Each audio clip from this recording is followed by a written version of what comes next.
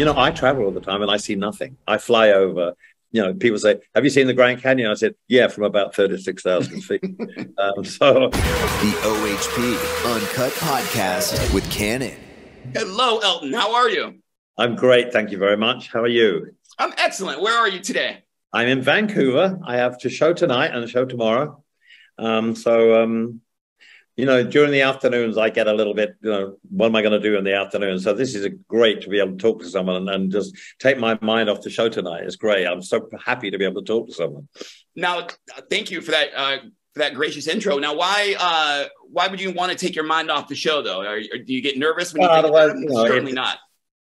Well, I usually get to the show early and I can't wait to go on. So I'm just pacing around, basically. So this is anything I can do to fill in the time is great. So this is a pleasure. Well, it's a pleasure for us as well. It's almost, I should explain that, you've got to get ready for the show tonight. That's why you're not on camera. You have to get ready.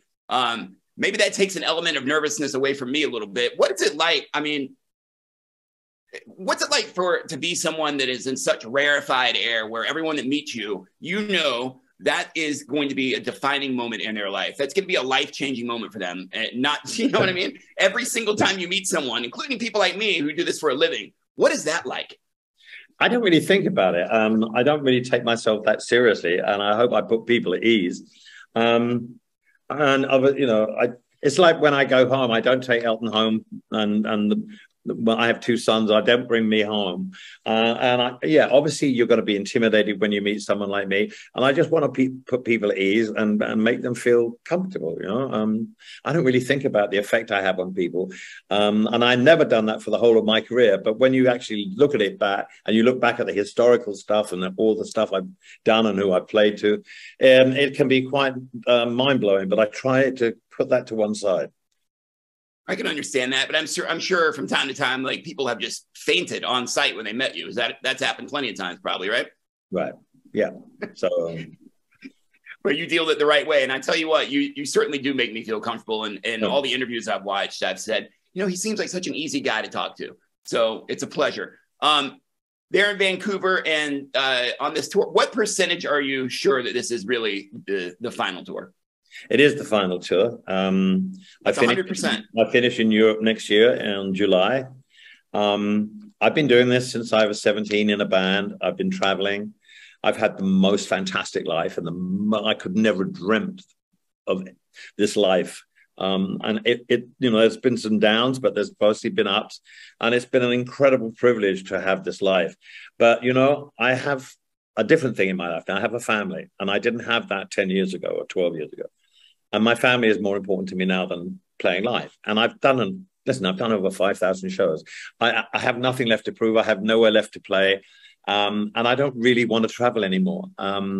So it was a pretty easy decision to make. I will be able to spend time with my boys and David, and I will still make music. I will still do my radio shows. I will still be involved in trying to help young artists, but I won't have to travel. Traveling is exhausting and it takes me away from my family. So that's what I don't want to do. I can understand that. And do you plan on spending most of your time in Atlanta? Do you still live here in Atlanta? I have a place in Atlanta, but I'll probably be spending most of my time in England, where the boys go to school, and Windsor.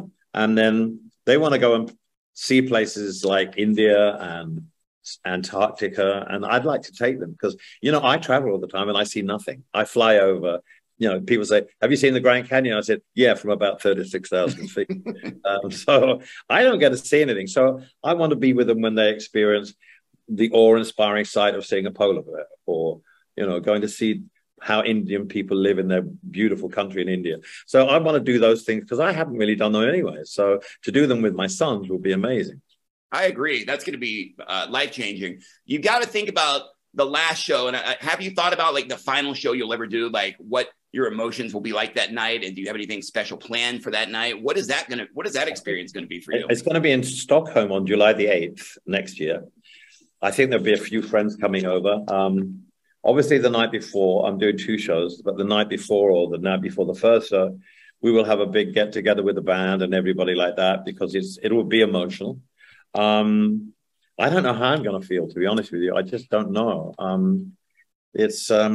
might be so thrilled to get it over and done with, but I think it'll be very, very moving for me, because I don't, as I say, I don't really think about things that much. And then when you actually sit down and the actual reality hits you, that's it. It's going to be quite probably hard. And so I need my friends around me, and I just want it to be a moving and special occasion. And it has to be, because, you know, I'm not going to be doing this anymore. I'll remind everyone there's another special date coming, which is November 20th. That's going to be your last US tour date. And that's going to be streamed live on Disney Plus. So from Dodger Stadium, that's going to be incredible for a lot of people to watch, and probably exciting for you as well.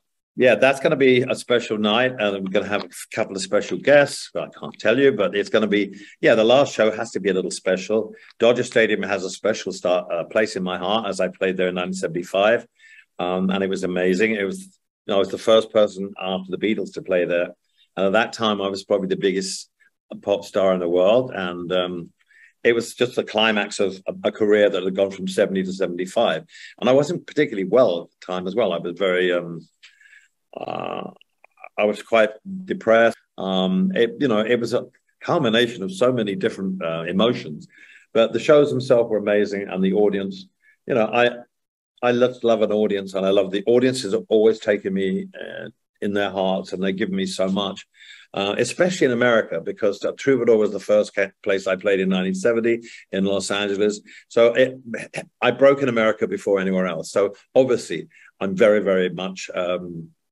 aligned to this country, and this is where all the great music came from in the first place anyway. So it will be very emotional to play Dodger Stadium, but I'm so glad, because it closes the circle from the Troubadour to Dodger Stadium, and Los Angeles started me, and it's going to finish me. Well, it's going to be emotional for all of us, Elton. It really is. Have you heard about the stat where you've beaten Cher? Cher had a #1 song in 5 decades, and that was a record, but you've now beaten that and had a #1 song in 6 decades. I didn't know that. I absolutely never knew that at all. So it's just a statistic. Cher did she? Cher had 5 and you've had 6. Wow, that's amazing. That is a pretty incredible I didn't know that. So thank you for telling me. You've done it now in this decade with the help of these current pop stars and people like Britney. Why Britney, Elton? It was not my idea. It was David, my husband and manager's idea. He said, I think you should ask Britney Spears. And I went, that's a brilliant idea, because, I've always been a fan of Britney. I watched the documentary on her, and I feel so bad for her and what's happened to her.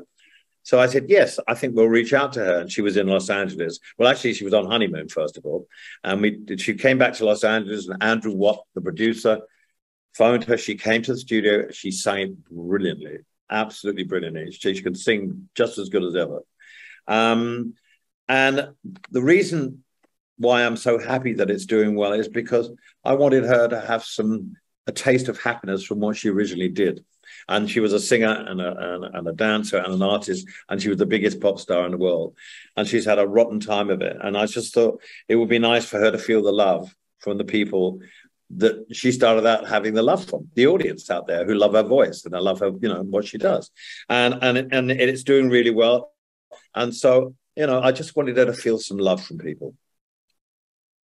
That's incredible that you were that gracious. And I'm sure that's a life-changing thing for her. What other artists would you like to reach out to and do something like that? There's so many. I mean, of all different kinds of artists. I mean, from brand new artists like Gabriel's, Rina Sawayama, who are already done something. Gabriel's are from LA.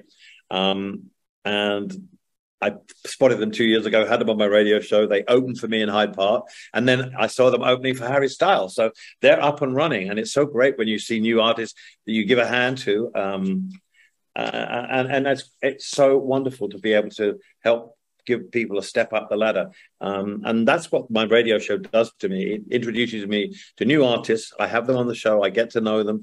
We become friends. I get to help them do stuff.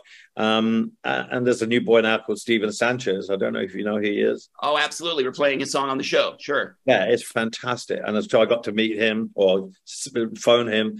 I was supposed to meet him in Nashville, but he just had an operation on his voice. So, but he's a big star in the making. So I love doing that. It helps keep me modern. It helps keep me fresh. And those artists have so much energy that it's, and it's so wonderful to watch them. And I can learn something from them. You can always learn something from listening to someone else.